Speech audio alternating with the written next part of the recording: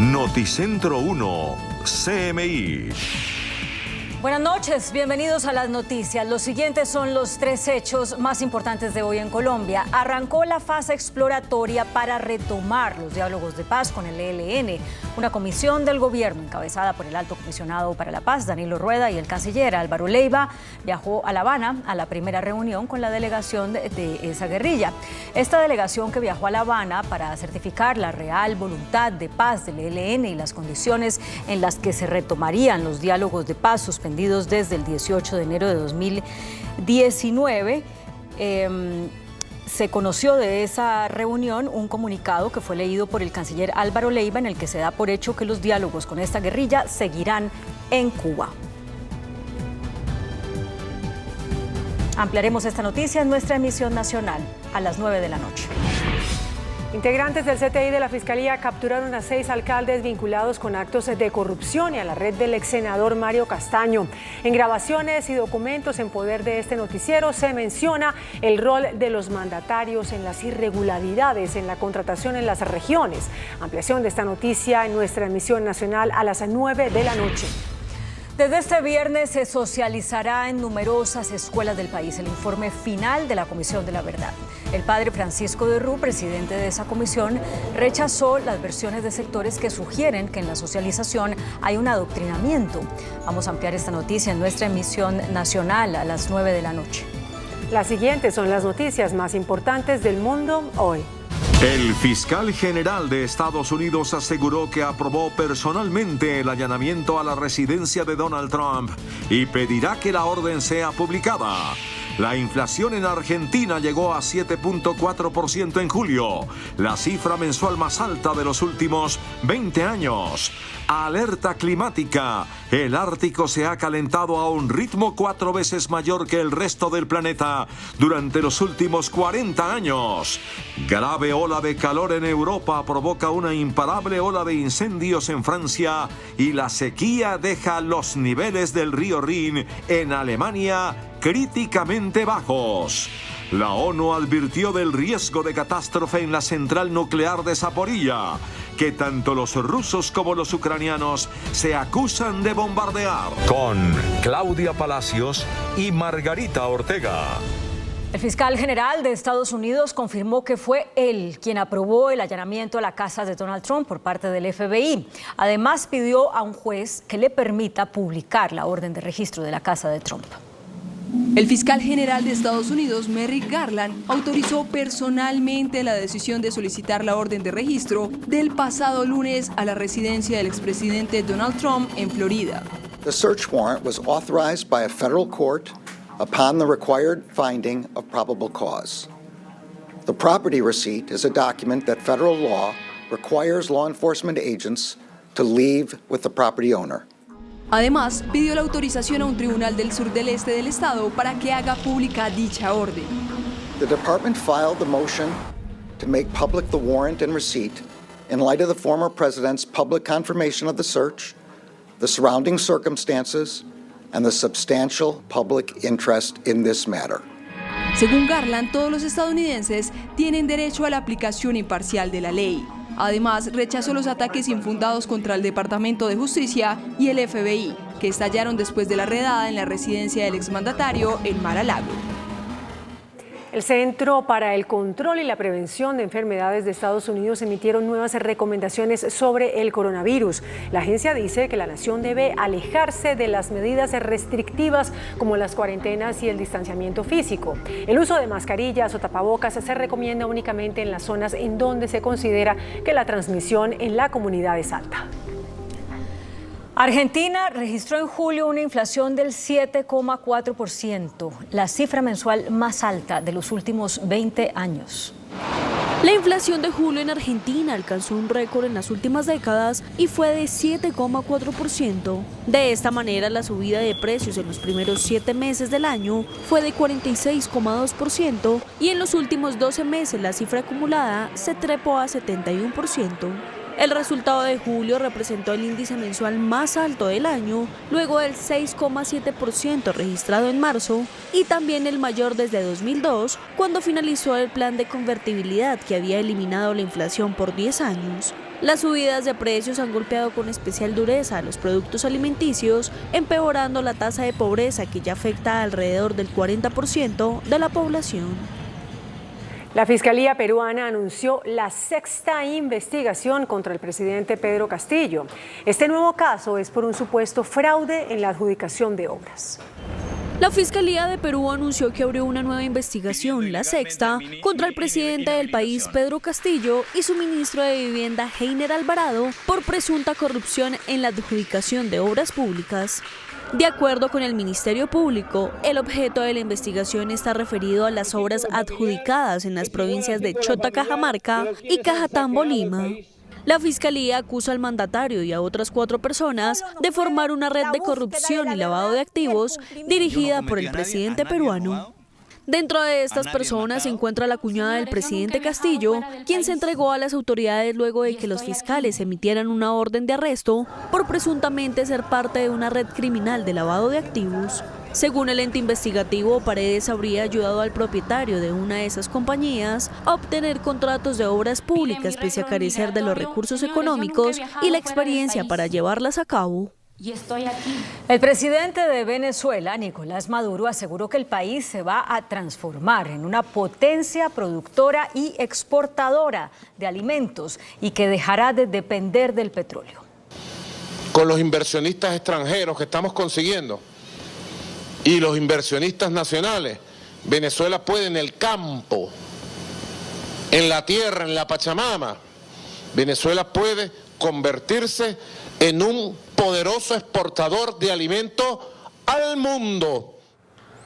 La central termoeléctrica Antonio Guiteras, una de las mayores de Cuba, salió nuevamente del sistema eléctrico de la isla en menos de 24 horas por falta de agua para refrigerar. Según las autoridades, la salida de funcionamiento de la Guiteras se debió a la contaminación del agua mineralizada que utiliza la planta. Esta nueva afectación constituye otro golpe para el sistema eléctrico cubano. La salida de esta central termoeléctrica supone un déficit de generación en el país de 1.192 megavatios. La región del Círculo Polar Ártico se ha calentado a un ritmo 4 veces mayor que el resto del planeta en los últimos 40 años. Un estudio publicado por el portal científico Communications, Earth and Environment alertó que el Ártico se ha calentado 0,75 grados como media cada década, un ritmo 4 veces mayor que el resto del planeta en los últimos 40 años. Según el equipo de expertos en Noruega y Finlandia, que analizó los datos de temperatura recogidos vía satélite desde 1979 sobre la región, pese a que hasta ahora la creencia era que el Ártico se calentaba 2 veces más rápido, el deshielo provocado por el calentamiento acelerado recrudecido por el cambio climático no facilita que la superficie helada de la región ártica refleje los rayos solares. Por el contrario, los hielos derretidos absorben el calor en lugar de rebotarlo y el exceso de agua va a parar a la masa oceánica. Por ejemplo, el deshielo en Groenlandia se está acercando a un punto de no retorno según algunos estudios. Esa masa helada contiene suficiente agua para subir el nivel del mar hasta 6 metros en todo el planeta.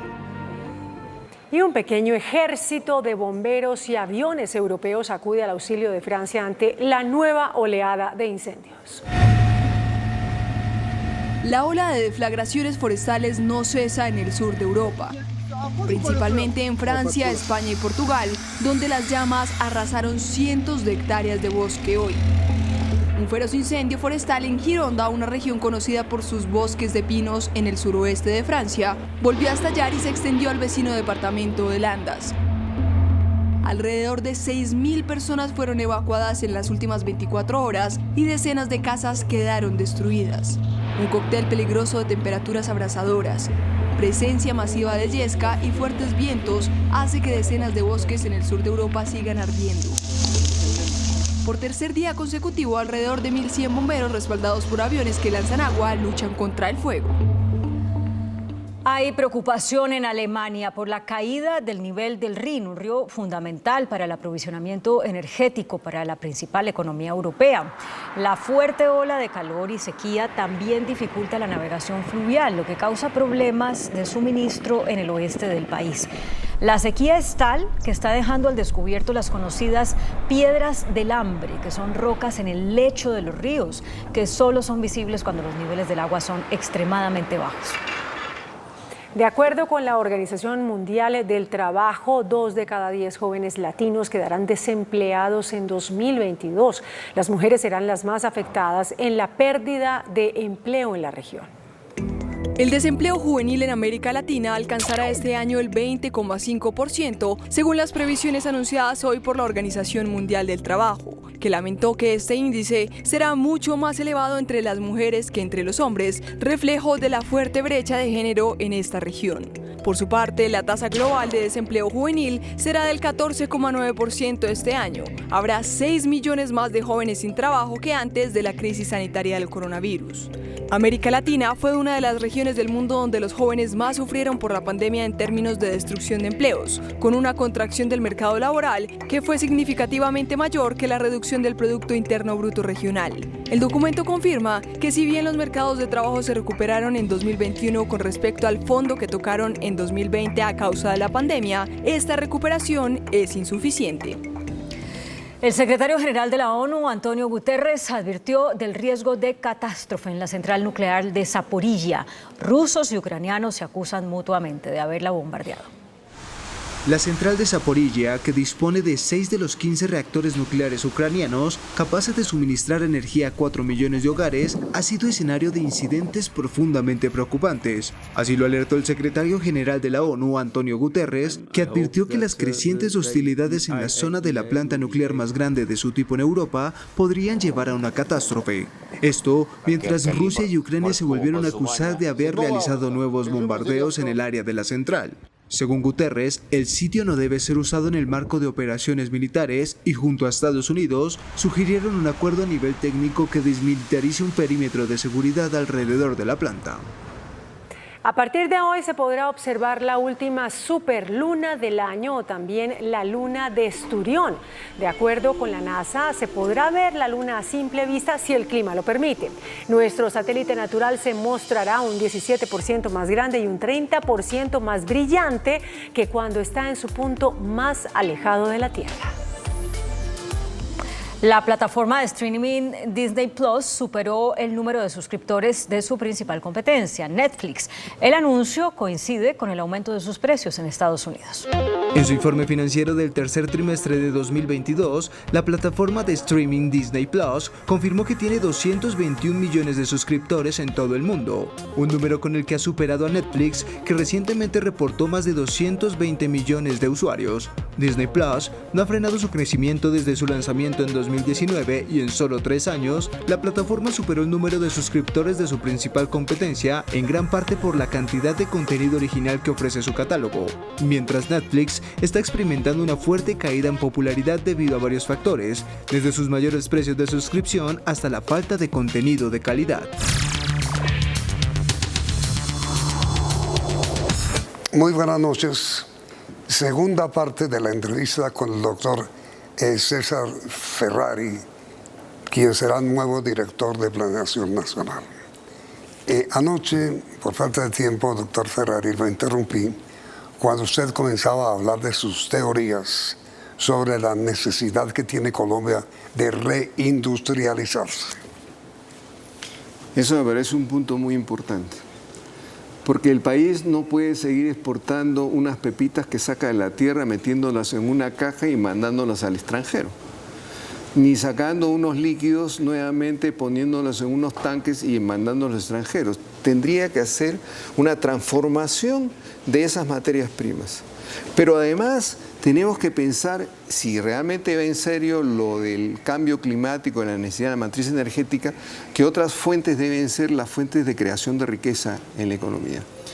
Por supuesto, Colombia tiene un enorme potencial en la agricultura. Tiene muchísimas hectáreas dispuestas para la agricultura que no se usan eficientemente y sobre eso podemos hablar después. Pero lo importante es que aquí no solamente debemos producir papas, debemos producir papas fritas. Miren, lo que necesitamos no solamente agricultura, lo que necesitamos es agroindustria. mejor dicho, una transformación y un añadido de valor a la producción primaria de la agricultura. Eso va a generar mucho más riqueza, porque ambos son intensivos en mano de obra. Sobre todo la agroindustria es mucho más intensiva en mano de obra. Y eso es lo que necesitamos, sectores que sean intensivos en mano de obra para generar una estructura productiva que realmente produzca pleno empleo en el país. Mire, doctor Ferrari, le voy a contar una anécdota mía. Yo estuve hace unos años en el Japón y me sorprendí, hace unos años, hace muchos años, me sorprendí muchísimo cuando vi en muchas tiendas japonesas dulces de café, helados de café, productos de café y no café. No café, no tinto, es té. Pero el café es el de mayor consumo en Japón, industrializado. Esa es la teoría. Transformado, sí.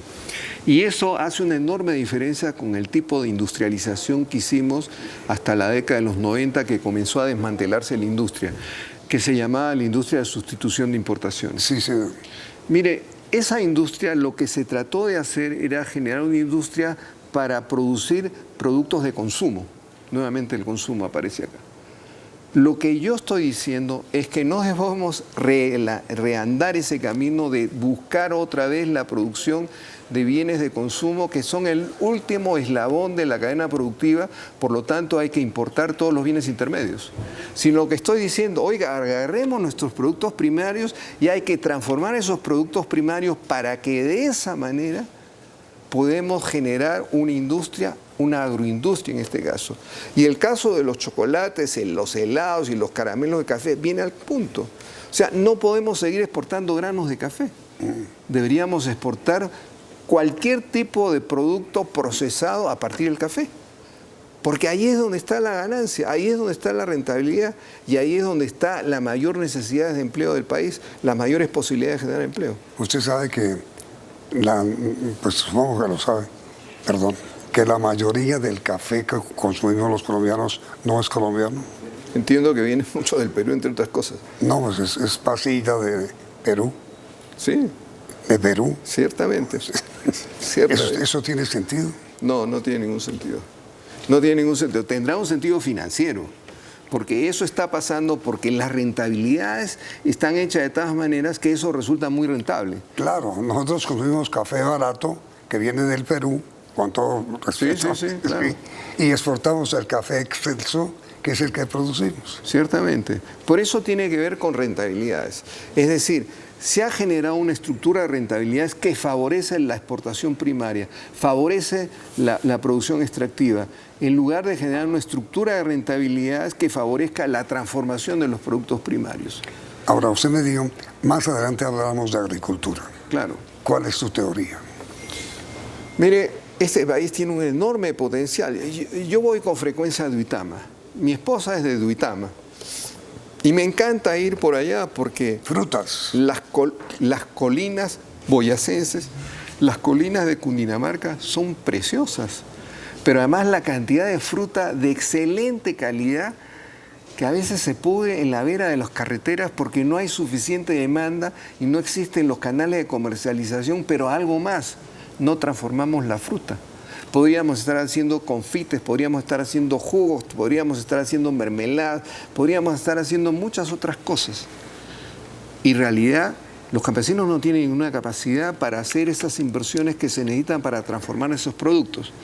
Sí tenemos algunos productos, claro que sí, por supuesto que se producen algunos jugos, algunas compotas, pero eso es en cantidad mínima a la posibilidad que tiene de transformación la agricultura. Ahora, volviendo a la agricultura, me impresiona mucho que en esas tierras tan bonitas de Boyacá y de Cundinamarca, una vaca esté pastando en 1 hectárea. Mejor dicho, hectárea y media. O hectárea y media. Yo decía conservadoramente 1 hectárea. Pero mire, no tiene ningún sentido.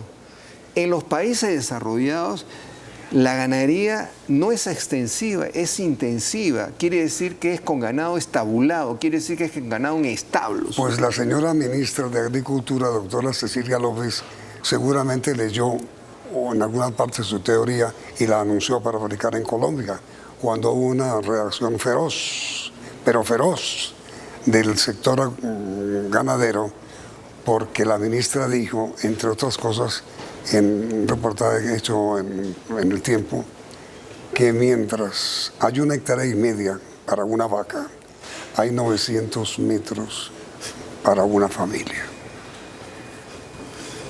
La comparación es realmente muy triste, Sí. es muy triste.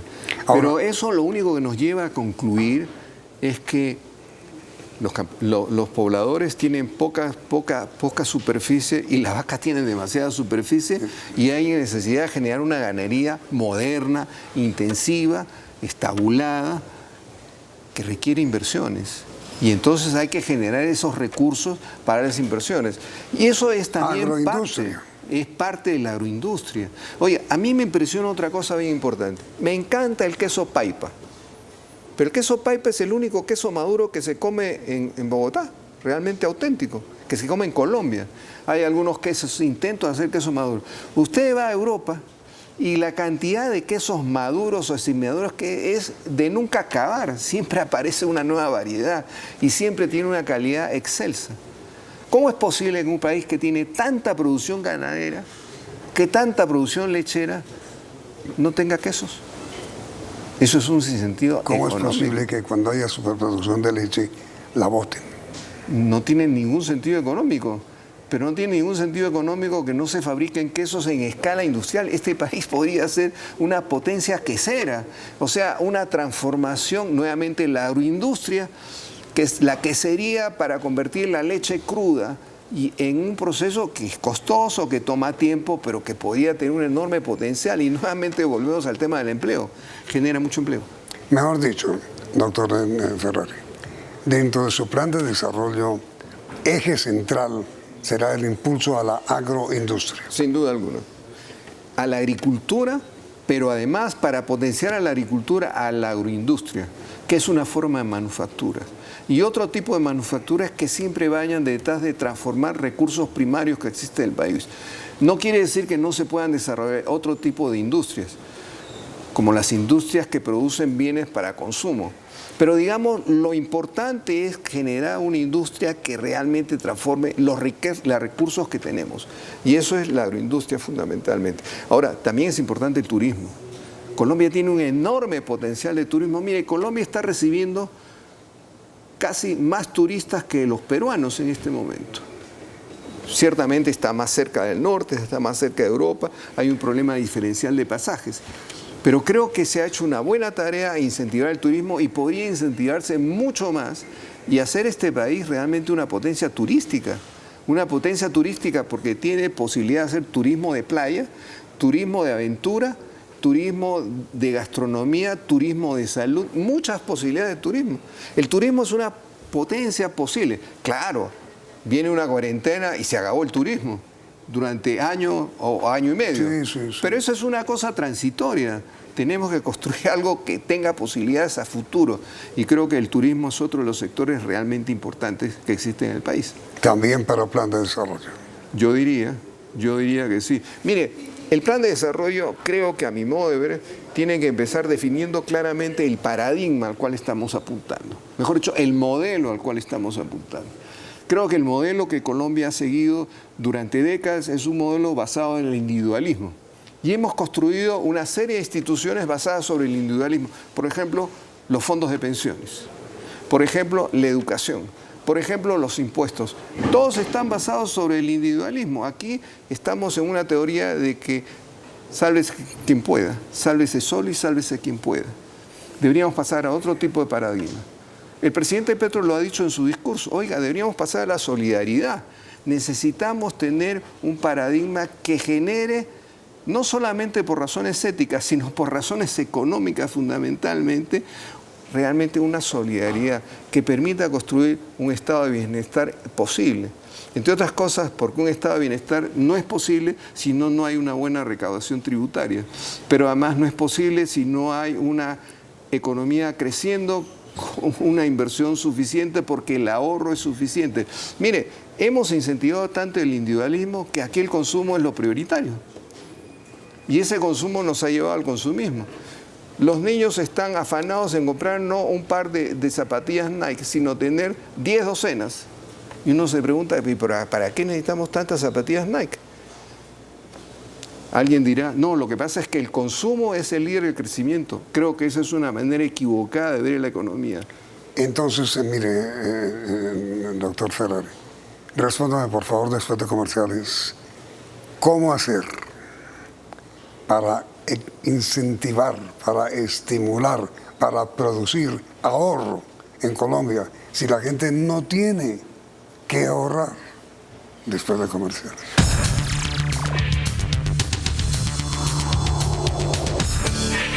Entonces, ha dicho usted, tanto ayer como lo ha insistido hoy, en que el país necesita, el país nacional, ahorro. El país no tiene ahorro. Pero usted bien lo sabe, doctor Ferrari, no lo tiene porque si la gente no tiene con qué comer, no tiene con qué comprar una casa, mucho menos que ahorrar. Mire, eso tiene que ver con la distribución del ingreso.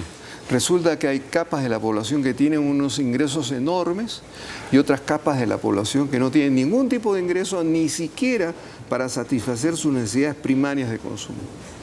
Cuando yo hablo que hay que aumentar el ahorro, que es necesaria para que la inversión florezca y crezca la economía, estoy pensando en que hay que reducir los consumos más altos de la sociedad. Y eso significa, de alguna manera, que las sociedades que tengan ingresos más altos paguen, entre otras cosas, impuestos más altos. Porque esa es la manera de disminuir la distribución, mejorar la distribución del ingreso. Eso es lo que pasa en los países desarrollados. En los países desarrollados, los impuestos a la renta de las personas naturales, como el caso de Dinamarca que mencionaba, son la principal fuente de ingreso fiscal en el país, y eso no ocurre acá. Entonces, si tenemos impuestos altos sobre los dividendos, impuestos sobre los patrimonios, eso reduce el ingreso disponible, eso aumenta el ahorro de la economía, eso hace posible más inversión y eso hace posible más crecimiento. No podemos seguir creciendo a tasas del 3 o 4%. Esas tasas son ridículas, son mediocres si nos comparamos con los asiáticos, que crecen al 10% por décadas. Pero veníamos del 10%. Pero eso fue una excepcionalidad que tiene que ver con el consumo aumentado enormemente y la capacidad instalada ociosa que permitió que ese consumo llevara a producir más bienes y servicios. Eso fue una excepcionalidad. Porque la proyección sobre el crecimiento va a ser del 4 o 5%. Más o menos. Y yo creo que incluso va a ser menos por una razón importante. Porque la tasa de ahorro final del año 21 es aproximadamente 9%. Y con eso no se genera ningún tipo de inversión. Y entonces, ¿cómo va a crecer la economía si no crece la capacidad instalada de producción? Ese es el problema fundamental. Y eso es lo que hay que atacar. Y creo que el plan de desarrollo tendría que ser muy claro al respecto. Mire, doctor Ferrari, sobre este tema que hablaba ahora usted, sobre la necesidad de industrializar la agricultura. Hace unos meses fue muy conocida en Colombia la historia de una pareja de recién casados, muchachos jóvenes, sin ingresos importantes, de pura clase media, que siendo novios fueron a hacer un mercado, a una plaza, y vieron cómo en esa plaza de mercado los mismos productores, vendedores de las frutas, sacaban las frutas que estaban deshechas por el maltrato del transporte y las botaban. ¿Qué hicieron? Comenzaron a recoger las frutas que botaban en las plazas de mercado, las frutas que estaban maltratadas por el peso del transporte, las frutas que tenían cierta enfermedad, y se dedicaron a eso. ¿Para hacer qué? Frutas secas. Hicieron sobre industria y hoy son archimillonarios. Esa es la idea. Eso es hacer agroindustrias. Eso es lo que se puede hacer. Además, encontraron un nicho de mercado que nadie más lo tiene. Sí. Y eso les permitió vender mucho ¿Conocía su historia? No, no la conocía, me acabo de enterar y realmente me alegra mucho que haya ocurrido. Creo que es un buen ejemplo de lo que necesitamos hacer. Pero esa es la idea. Esa es la idea. Hay que hacer agroindustria de alguna manera. Ahora, para hacer agroindustria se necesita varias cosas. Ellos lograron un nicho de mercado y eso les permitió unos buenos precios. Pero no siempre existen esos nichos de mercado. Por lo tanto, no todos tienen esos buenos precios. Mejor dicho, no todos pueden acabar siendo rentables. Entonces, lo que sucede es que la estructura de rentabilidad que tenemos no favorece el desarrollo de esa agroindustria. Mejor dicho, hay que cambiar la estructura de rentabilidades. Hay que, entre otras cosas, por ejemplo, hacer que la tasa de cambio sea elevada pero estable.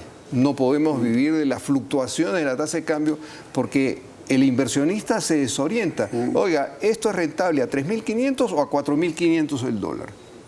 Y si está en esa situación, pues no invierto, porque a ver, pónganse de acuerdo, dígame cuál es la tasa de cambio final y según eso veo si eso no es rentable y según eso invierto. Necesitamos tasa de cambio estable, pero elevada, para que haga competitiva la producción nacional. Necesitamos tasas de interés reducidas. No podemos seguir teniendo tasas de interés que triplican o cuadriplican las tasas internacionales. Pero ¿y la fuga de capitales de la que lo vamos? Lo que pasa es que estoy hablando en este momento de las tasas activas, de las tasas que se pagan sobre los créditos. O sea, yo hablo con mi hijo vive en Atlanta. Papá, o le digo, hijo, ¿cuánto pagas en tu tarjeta de crédito? 8 o 10%. En Estados Unidos. ¿Cuánto pago en mi tarjeta de crédito? Creo que ahora están en 33%, si no es más. ¿Por qué hay esa diferencia? Porque hay una estructura del mercado de crédito, no lo digo yo, aquí le doy todo el crédito al Banco de la República, que en sus estudios afirma que el mercado de crédito en Colombia funciona en competencia monopolística y algunos de los mercados de crédito funcionan casi como un cartel. Repito, no lo digo yo, lo dice el Banco de la República. ¿Y eso qué significa? Que tenemos ese mercado de crédito funcionando como oligopolios o casi como monopolios. Y eso genera una situación rentística muy grande y por eso los precios son tan elevados. Necesitamos una política regulatoria que mejore la competencia en los mercados de crédito para que las tasas de interés se parezcan a las internacionales. ¿Y cómo se hace eso?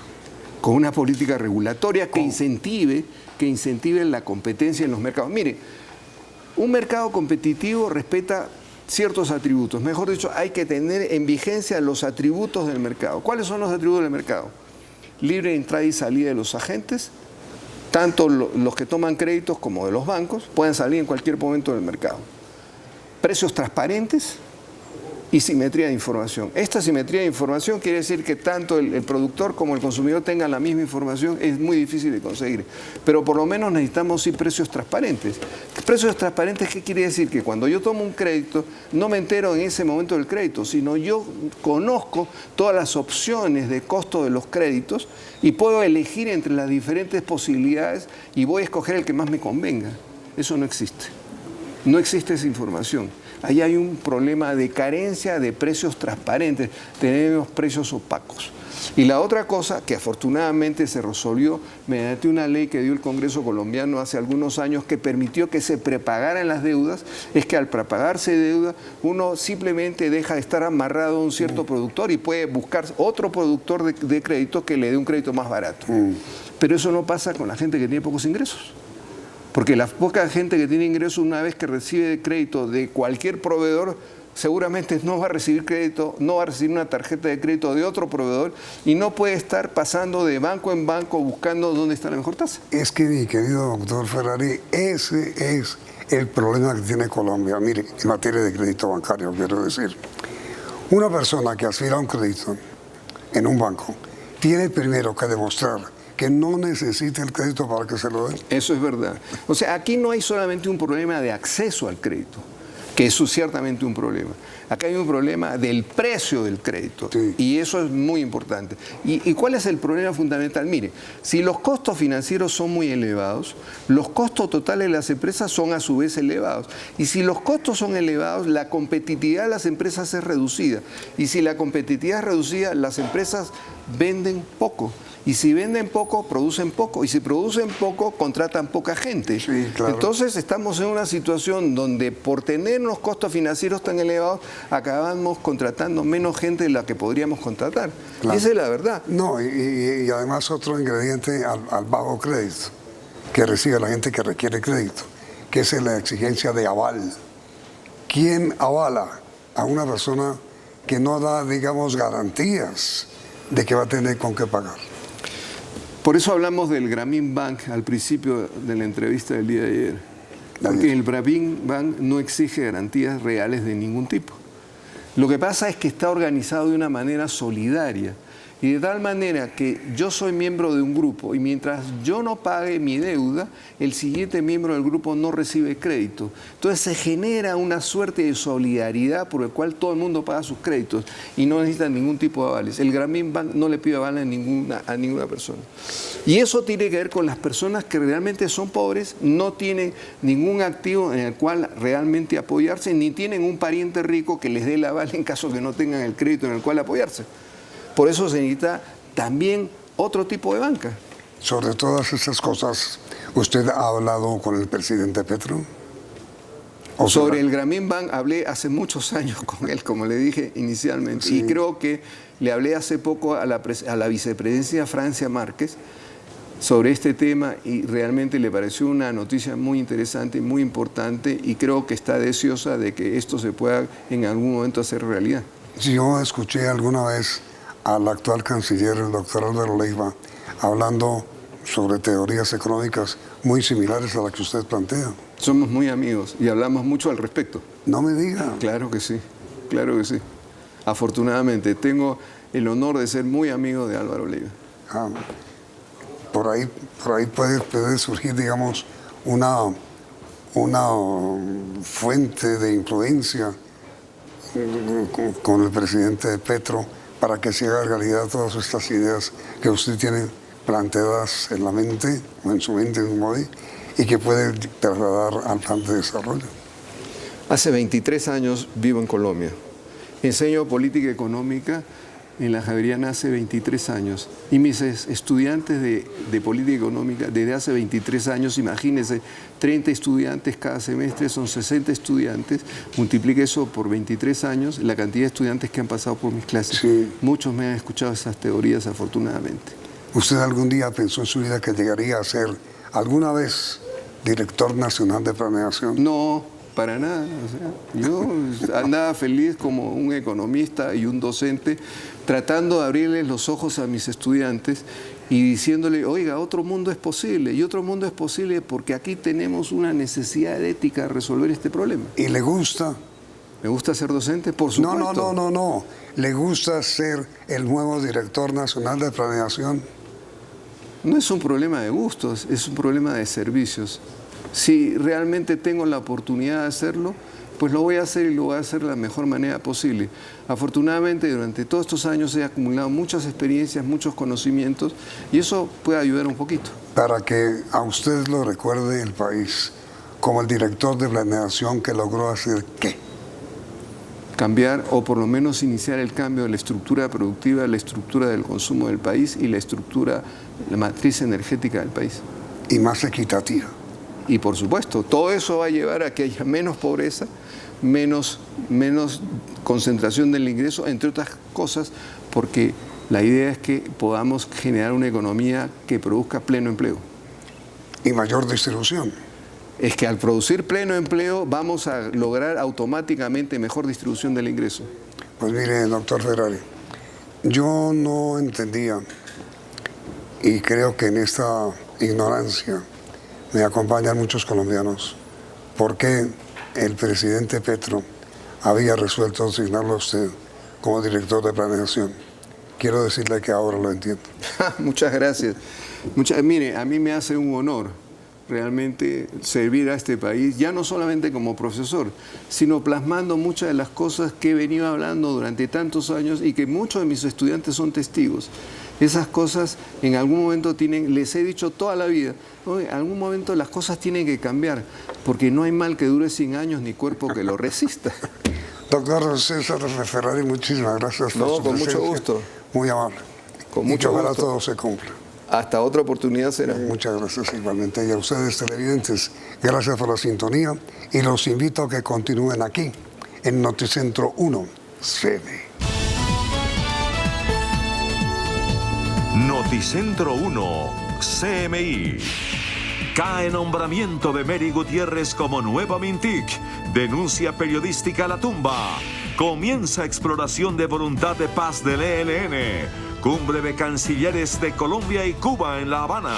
Canciller de Colombia reconoce en La Habana que Cuba no es estado terrorista. Abatidos presuntos integrantes del ELN en el Valle del Cauca. Venezuela nombra a ex canciller Plasencia como embajador en Colombia. Colombia nombra a Armando Benedetti como embajador en Venezuela. Presidente Petro anuncia medidas extraordinarias por invierno que viene. Capturan a 6 alcaldes. Suspenden en Bogotá a gerente de red hospitalaria. 28 años de cárcel por asesinar a su cuñada en Chía. Ministro de Hacienda anuncia revisión a propuesta de impuestos a alimentos procesados y bebidas azucaradas. Informalidad en el país alcanza 58%. Con Claudia Palacios y Margarita Ortega. Iniciamos nuestra segunda hora de noticias. El presidente Gustavo Petro reconsideró su decisión de designar a la señora Mary Gutiérrez como ministra de las Tecnologías de la Información ante las denuncias periodísticas contra ella por su posible incompatibilidad para el cargo, ya que demandó al Estado por más de 45.000 millones de pesos.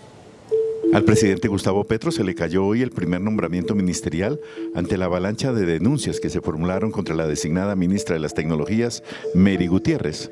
El periodista Daniel Coronel reveló que la señora Gutiérrez es socia mayoritaria de la empresa Programar, que presentó una demanda contra el Estado después de haber participado en la licitación para el Canal 1.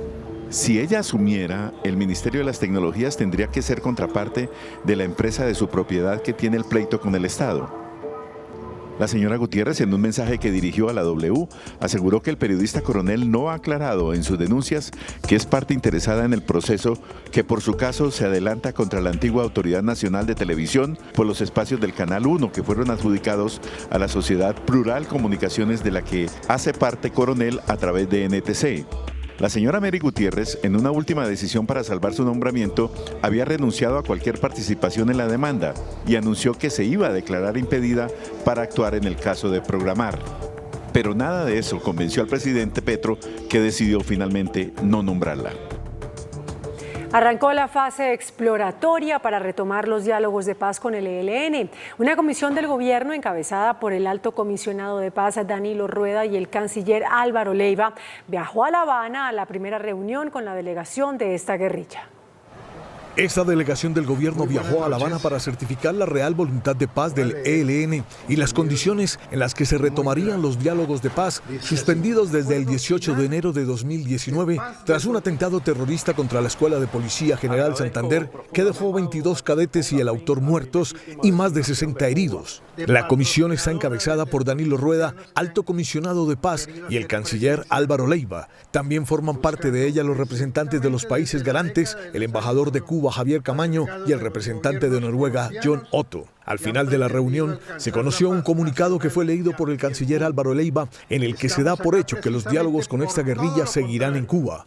Aspiramos a reanudar los diálogos con el Ejército de Liberación Nacional ELN en esta tierra de paz a fin de iniciar el camino propuesto por el presidente Petro Urrego de alcanzar la paz total. El canciller Leiva, a nombre del gobierno, agradeció a Cuba sus esfuerzos por la paz de Colombia y rechazó el que la isla haya sido incluida en la lista de países que patrocinan el terrorismo debido a la presencia de la delegación de paz del ELN en la mayor de las Antillas.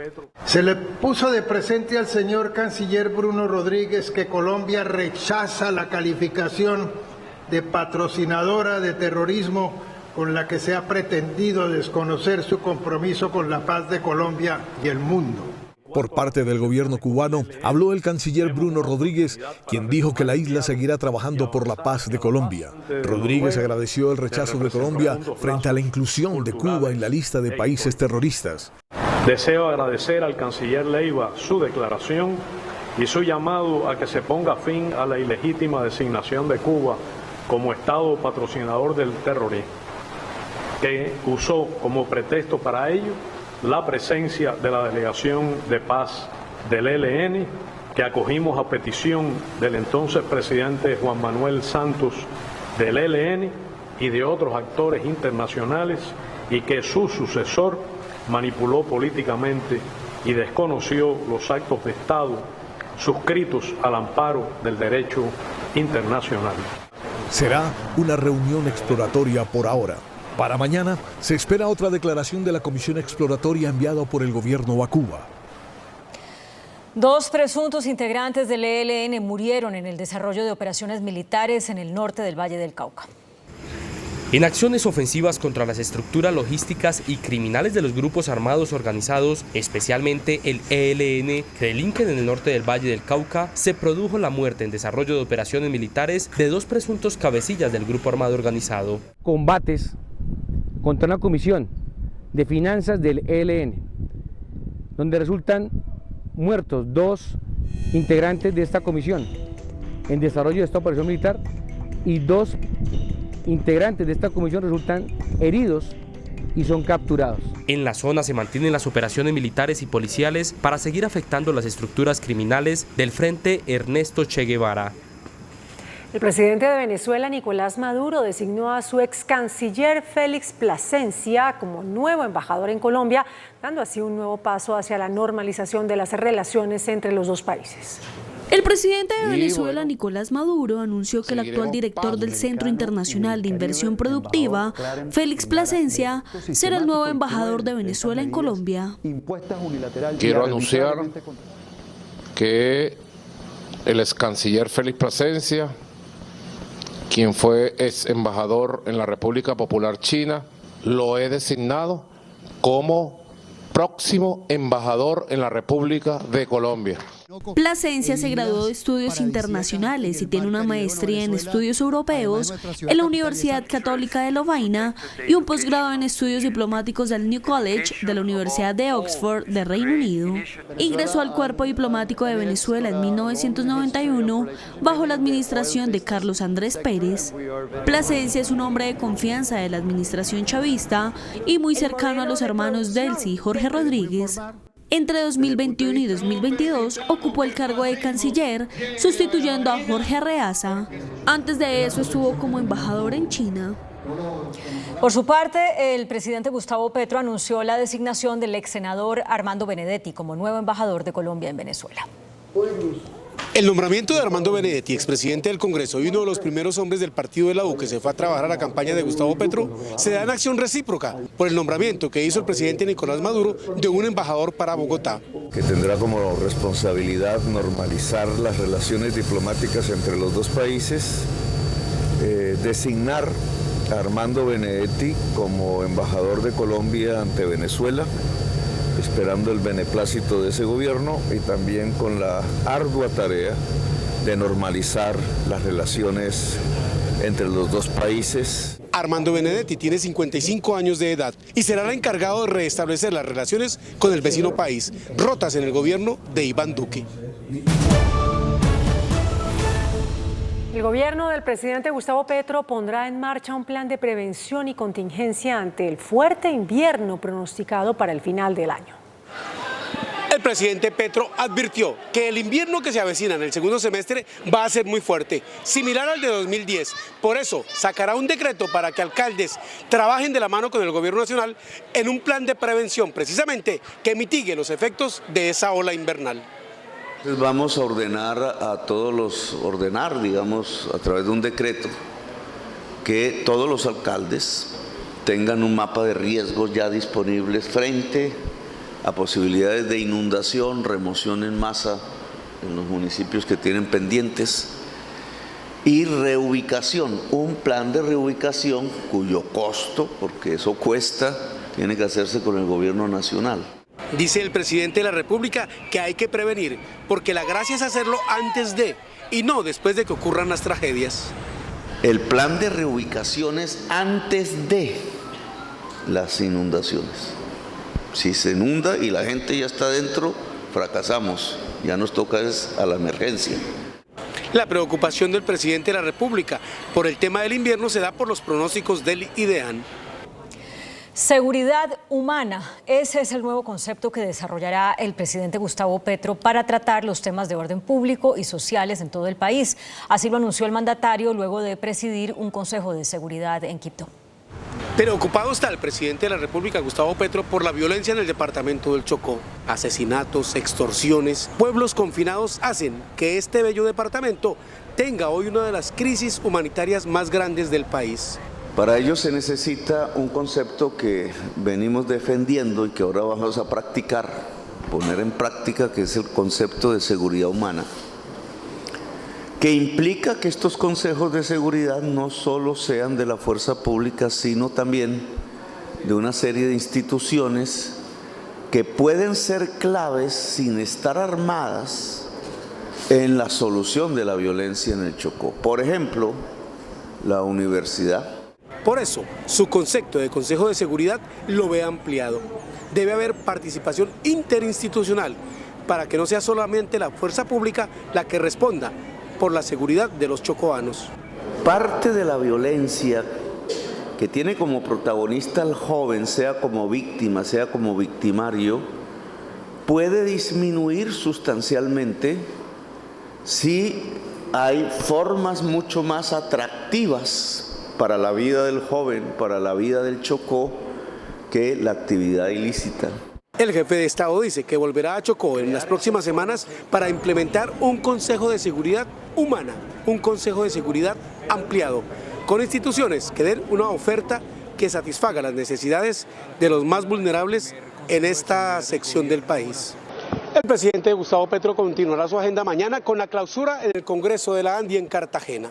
Desde Quibdó, con la cámara de Freddy Martínez, Gerardo Aristizábal, Noticentro 1, CMI. En el departamento del Cauca fue instalada la mesa de diálogo que busca poner fin a la invasión de tierras por parte de comunidades indígenas en el norte de esa zona. Tras la instalación de la mesa de diálogos en Santander de Quilichao, el gobierno reiteró su afán para encontrar una pronta solución al conflicto étnico por invasión de tierras en el norte del Cauca, que deja ataques con papas explosivas y bombas molotov a fincas ocupadas. Nos han dicho que hay 287 acuerdos con el gobierno anterior que han sido incumplidos. Lo que queremos nosotros es que en el gobierno de Gustavo Petro, de Francia Márquez, en el gobierno del cambio, estos acuerdos que se hagan en el diálogo social son vinculantes y pasan al plan de desarrollo y están financiados. Aquí hay una concentración de la industria de la caña, la propuesta para los ingenios no es el despojo de la tierra como les hemos dicho, la propuesta es la diversificación de la producción. Los líderes de las partes en conflicto pidieron un espacio de 10 días para consultar las propuestas con sus comunidades y retornar a la mesa. No podemos ser irresponsables de decir que de aquí vamos a salir a desbloquear las vías, no tenemos los puntos de bloqueo porque pues no hay garantías hasta el momento. Y mantenemos nuestra voluntad de dialogar, de sentarnos a la mesa en este momento con las demás organizaciones. Los voceros del gobierno nacional anunciaron que serán 9 los ministerios que tomarán parte en la mesa. En este primer diálogo social en Colombia, que incluirá componentes educativos, agropecuarios, viales y tecnológicos, entre otros. En la base aérea de Catam, el presidente Gustavo Petro posesionó a 6 ministros. Desde el Comando Aéreo de Transporte Militar CATAM, el presidente Gustavo Petro posesionó a los ministros de Comercio, Industria y Turismo, Darío Germán Umaña, y de Transporte, Guillermo Francisco Reyes. También a las ministras de Trabajo, Gloria Inés Ramírez, Minas y Energía, Irene Vélez Torres, Vivienda, Marta Catalina Velasco, y Deporte, María Isabel Urrutia. Quiero que lleven en su corazón siempre el principio de que es las personas más excluidas, las regiones más excluidas, los grupos poblacionales más excluidos, los primeros, las primeras, en toda labor administrativa, en todo objetivo de política pública que ustedes construyan. Y en el gabinete ministerial del presidente Petro falta por posesionarse el ministro de Justicia, Néstor Osuna, y por designación los ministerios de Ciencia y Tecnología, así como el Ministerio de Tecnologías de la Información y Comunicaciones, luego de que se cayera la designación de Mary Janet Gutiérrez. El gobierno aplazó un mes la adjudicación de las obras del Canal del Dique. Y se perdió. Pocas horas después de haber asumido el cargo, la primera decisión que anuncia el ministro de Transporte es suspender por un mes la adjudicación del proyecto para la adecuación del Canal del Dique en los departamentos de Atlántico y Bolívar. Creemos necesario y prudente estudiar a fondo cuáles son las quejas que existen, los cuestionamientos en torno de este proyecto. Dijo que la decisión también se tomó porque organismos de control dudan del proceso. Tenemos una serie de documentos que han llegado incluso en el día de hoy de la Contraloría General de la República, que si bien no son un control de advertencia como tal, sí generan, en cuanto a la comunicación del Contralor Delegado para Infraestructura, la necesidad de estudiarlas y estudiarlas con rigor. El proyecto para entregar en concesión las obras de adecuación del Canal del Dique compromete recursos por 3.200.000 millones de pesos como inversión del gobierno. Juan Armando Rojas, Noticentro 1, CMI. Integrantes del CTI de la Fiscalía capturaron en diferentes operativos a 6 alcaldes vinculados con presuntos actos de corrupción relacionados con el ex senador Mario Castaño. Noticentro 1, CMI, revela las grabaciones que comprometen a los mandatarios. Entre los detenidos está el alcalde de Suárez, Ronald Villegas, de La Merced, Jonathan Vázquez, así como Diego Fernando González, alcalde de Aguadas, de Villa María, Andrés Felipe Aristizábal, Gloria Estela Raigoso de Alcalá. Además fue detenido el alcalde de Armero, Guayabal, Tolima, Medardo Ortega. Y es que, según explicaron fuentes de la investigación, son más de 22 alcaldías en las que se revisa la contratación tras la captura del ex senador Mario Castaño. En interceptaciones telefónicas, la Fiscalía documentó las gestiones en diferentes municipios. Los temas del ministerio ya hay comités para que usted se ponga al frente de eso. Listo, sí, ya esto está, mejor dicho, súper organizado, lo de Villa María, el que ha tenido problemas con las sacudidas Medardo. Graves. Pero yo ya les mandé todo lo que me mandaron del ministerio. Las grabaciones hacen parte de la investigación por la que fueron detenidos hoy 6 alcaldes y en varias de ellas se menciona el programa Sacúdete del Ministerio del Interior de 2021 e inicio de 2022. Él nos dejó 50 para trabajar mientras nos sale el tema de los Sacúdete. Pero en realidad sí son 100 como él dice, ¿cierto? Sí, pero él nos dejó 50 para trabajar. No, es que como hay un compromiso con un señor, entonces es para que nos hace el favor. Lorena Cañón, quien sería la lobista cercana a Castaño, habla sobre sus gestiones en los ministerios. A mí lo que me preocupa, Pablo, es que es preferible, mira, con el tema de Medardo, ya Ruth nos dio algo, es preferible, esperemos un poquito para que no nos comprometamos a seguir recibiendo plata si las cosas no van a adelantar. En las grabaciones en las que se escucha a los alcaldes hoy detenidos, al ex senador Mario Castaño y a personas cercanas, hablan también de conseguir votos para Castaño. Que no se afanen porque los Sacúdete no entran en ley de garantías. No, pero necesitamos antes de elecciones, porque si no después qué decimos de quién. El ex senador Castaño enfrenta un proceso ante la Corte Suprema, mientras que los alcaldes responden ante un juez de garantías. Los 10 candidatos habilitados para competir por el cargo de Contralor General presentaron hoy sus propuestas ante la plenaria del Senado. 2 de ellos, al parecer los más opcionados, recibieron algunos cuestionamientos. La plenaria del Senado escuchó durante la tarde y parte de la noche a los 10 candidatos al cargo de Contralor General. Fernando Bueno, Carlos Franco, Mónica Sertaín, Elsa González, Carlos Pérez, Luis Pineda, María Fernanda Rangel, Carlos Hernán Rodríguez, Víctor Salcedo y Diana Torres. Todos prometieron luchar contra la corrupción, proteger los recursos públicos, defender el medio ambiente. El senador gobiernista Ariel Ávila lanzó duros cuestionamientos al candidato Carlos Hernán Rodríguez, pero especialmente contra la señora Rangel. Hace parte del consorcio que tiene un contrato por el relleno de Doña Juana y la alcaldía de Bogotá dice que ha incumplido el 42%, diciendo que es un grave caso de corrupción.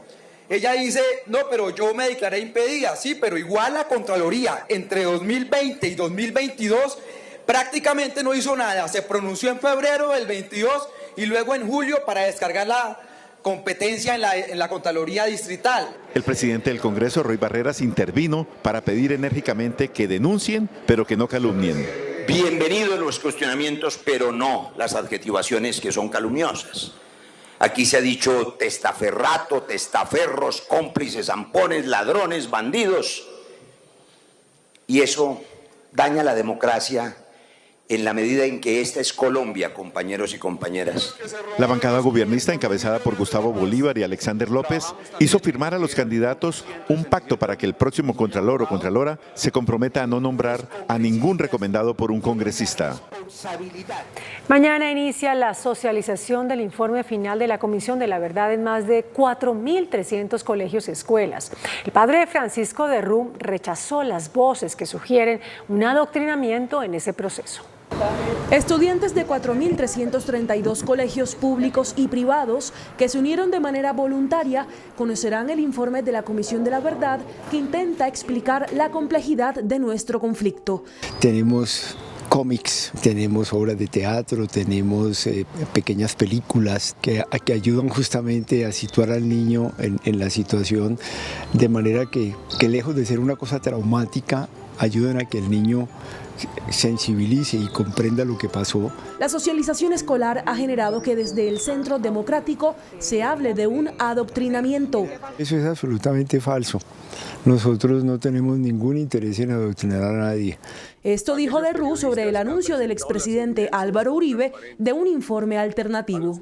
Qué bueno que podamos conversar de diversas maneras de aproximarnos, pero que ojalá sea siempre con una mirada puesta hacia las víctimas de todos los lados. La alcaldía de Bogotá suspendió a la gerente de la subred hospitalaria Centro Oriente y destrabó el giro de recursos para más de 5 hospitales públicos. Por tercera vez en menos de 2 años fue suspendida la gerente de la subred Centro Oriente, Claudia Ardila. Esta vez, la alcaldía de Bogotá tomó la decisión por presuntas irregularidades en el manejo de los recursos. Se releva a la señora Ardila de la gerencia y se encarga a una persona idónea por el término de 3 meses. En consecuencia, la Secretaría de Salud destraba el giro de recursos y garantiza el funcionamiento de los 5 hospitales de la subred Centro Oriente. La Secretaría Distrital de Salud volverá a elevar esta misma semana al CONFIS distrital la solicitud de la asignación presupuestal necesaria y también la continuación de un estricto plan de mejoramiento. Ardila fue separada del cargo por malos manejos administrativos. Las cuentas por pagar se incrementaron 116%, pasando de 25.000 millones a 55.000 millones. El 44% de estas deudas son por medicamentos e insumos y los gastos superan ampliamente los ingresos. El déficit de la entidad asciende a 211.000 millones. Ocasionando graves consecuencias a la gestión de la subred. Ante las graves denuncias, este jueves la Contraloría se tomó las instalaciones de la subred. El defensor del pueblo, Carlos Camargo, hizo un llamado a las autoridades para atender a la población afectada por inundaciones en Lorica y otros municipios de Córdoba. Se estima que en los municipios de Córdoba, por ejemplo, el número de afectados de la ola invernal supera las 30.000 personas pertenecientes a unas 11.000 familias. Jonathan Torres reconoció que participó en el homicidio de su cuñada, la psicóloga Adriana Pinzón. Un juez aprobó una negociación entre la Fiscalía y Torres. Debido a que confesó, el hombre pagará 28 años de cárcel. Se comprometió además a entregar nombres sobre otros posibles implicados en el hecho. Torres aún no revela sus motivaciones para cometer el crimen. En la última semana disminuyeron los contagios y las muertes por COVID-19. El Ministerio de Salud reportó 7.394 contagios y 212 decesos. A la fecha hay 9.000 casos activos. El fiscal general de Estados Unidos reveló que fue él quien aprobó el allanamiento a la casa de Donald Trump. Argentina reportó la inflación más alta en 20 años. Las noticias del mundo en Noticentro 1 CMI. El fiscal general de Estados Unidos, Merrick Garland, ha confirmado que autorizó personalmente la decisión de solicitar la orden de registro del pasado lunes a la residencia del expresidente Donald Trump en Florida y ha pedido esta autorización a un tribunal del sur de este estado para que haga pública dicha orden. La inflación de julio en Argentina alcanzó un récord en las últimas décadas y fue de 7,4%. De esta manera, la subida de precios en los primeros 7 meses del año fue de 46,2% y en los últimos 12 meses la cifra acumulada se trepó al 71%. Las subidas de precios han golpeado con especial dureza a productos alimenticios, empeorando la tasa de pobreza que ya afecta a alrededor del 40% de la población. Un estudio publicado en el portal científico Communications, Air and Environment alertó que el Ártico se ha ido calentando 0,75 grados centígrados cada década, un ritmo 4 veces mayor que el resto del planeta en los últimos 40 años. En Cartagena, en el 7º Congreso Empresarial, el ministro de Hacienda, José Antonio Ocampo, abrió la posibilidad a revisar algunas propuestas de la reforma tributaria. Freddy Gómez, buenas noches. ¿Qué dijo el funcionario? Compañeros, muy buenas noches. En el segundo día del Congreso de la ANDI, el ministro de Hacienda, José Antonio Ocampo, defendió la reforma tributaria, pero anunció que se va a revisar lo que tiene que ver con los llamados impuestos saludables, donde están los alimentos ultraprocesados y las bebidas azucaradas. Esto se hará por parte del gobierno en una revisión donde considerarán si debe excluirse del texto presentado ante el Congreso de la República. Por otro lado, los empresarios que han mostrado su preocupación van a presentar la próxima semana unas nuevas alternativas al gobierno nacional. En el segundo día del Congreso Empresarial Colombiano, el gobierno nacional ya empieza a ceder en varios puntos de la reforma tributaria ante la preocupación de algunos sectores sobre la iniciativa. Uno de ellos tiene que ver con los llamados impuestos saludables, artículos que el Ministerio de Hacienda ya considera eliminar. Gravar a las bebidas azucaradas y los alimentos ultraprocesados puede generar efectos inflacionarios. Todavía no hemos tomado ninguna decisión. Estamos viendo estudio también con el sector de alimentos y bebidas de la ANDI, discutiendo ese tema en particular, y fue objeto de debate con las comisiones terceras del Senado y la Cámara. Entonces vamos a ver qué se hace en esa materia. Tendría un efecto sobre precios, sí. Pero tampoco pues es una cosa monumental. El funcionario en su intervención ante los empresarios dijo que el gobierno está presto a recibir propuestas y alternativas, aunque fue enfático en señalar que el monto del recaudo de 25.9 billones de pesos no es negociable. Todos esos temas los podemos debatir, analizar con ustedes para buscar si hay mejores soluciones, pero como le dije a un amigo mío un día que me estaba criticando la reforma, le dije muy bien. Yo discutamos, pero por favor propóngame también qué alternativas existen, porque la alternativa no es digamos bajar de 25 a 10, no, esa alternativa para el gobierno no existe. El Consejo Gremial presentará al gobierno un plan para sustituir varios artículos que consideran inconvenientes. Y el Consejo Gremial está preparando propuestas sustitutivas para llevar a esas reuniones. ¿Por qué sustitutivas? Porque el ministro Ocampo ha dicho, la reforma va por 25.9 billones, no nos bajamos de ahí, pero si hay propuestas que sustituyan algunos de los ítems, estamos dispuestos a cambiar. La ANDI por su parte advierte que la confección de la reforma atenta contra la inversión y por ende contra el crecimiento y el empleo. Yo quiero concentrarme en la defensa de la inversión y yo lo decía en la presentación, en Colombia tenemos que ser conscientes, como lo son tantos otros países, de que la inversión al final es lo que permite crecer, y si nosotros tomamos una decisión equivocada en términos de inversión, no vamos a tener crecimiento, no vamos a tener empleo. Para el presidente de la ANDI, la reforma tributaria podría representar efectos sobre el sector empresarial de hasta 14 billones de pesos. Desde Cartagena, con la cámara de Oscar Rodríguez, Freddy Gómez, Noticentro 1, CMI. La informalidad laboral alcanzó el 58% según el DANE. Para las centrales obreras, el informe del DANE, que da cuenta sobre el 60% de informalidad en hombres y 55% en mujeres, representa un desafío prioritario para el nuevo gobierno. 2/3 partes casi están en la informalidad. Se requiere concertar con los actores sociales del mundo del trabajo una política de generar empleo y de trabajo decente, en particular para los jóvenes, las mujeres jóvenes y el campo, que es donde está concentrado el desempleo y la informalidad. Claro, es una bomba social. Eso es lo que hemos dicho siempre. A eso se debe la desigualdad, ¿no? Desigualdad. Colombia pelea el 3.º y 4.º lugar a nivel mundial en desigualdad. Los mayores porcentajes de trabajadores informales están en Sincelejo, Valledupar, Cúcuta y Quibdó, mientras que en Medellín, Manizales y Bogotá registran las menores tasas. La Contraloría General encontró irregularidades en los proyectos de vivienda para la reconstrucción de Mocoa. La Contraloría advierte que hay una irregularidad en 5.748 millones de pesos que se han pagado sin justificación por concepto de subsidios de arriendo adicionales girados a las víctimas de la avalancha de Mocoa, que siguen esperando que les entreguen una vivienda nueva. Van 8.146 subsidios adicionales que se han pagado desde septiembre de 2019, fecha en la que debió haberse entregado el proyecto de vivienda Sauces 2, pensado para 909 damnificados de la avalancha que en 2017 cobró 344 vidas en la capital del Putumayo.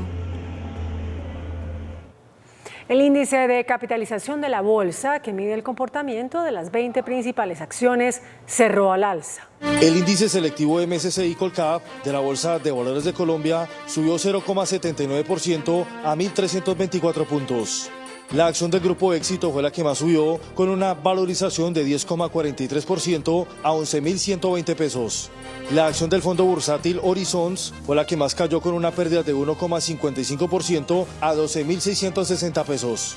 La acción más negociada de la jornada fue la de Preferencial Bancolombia, al movilizar más de 12.000 millones de pesos, con una variación negativa de 0,76% a 33.740 pesos.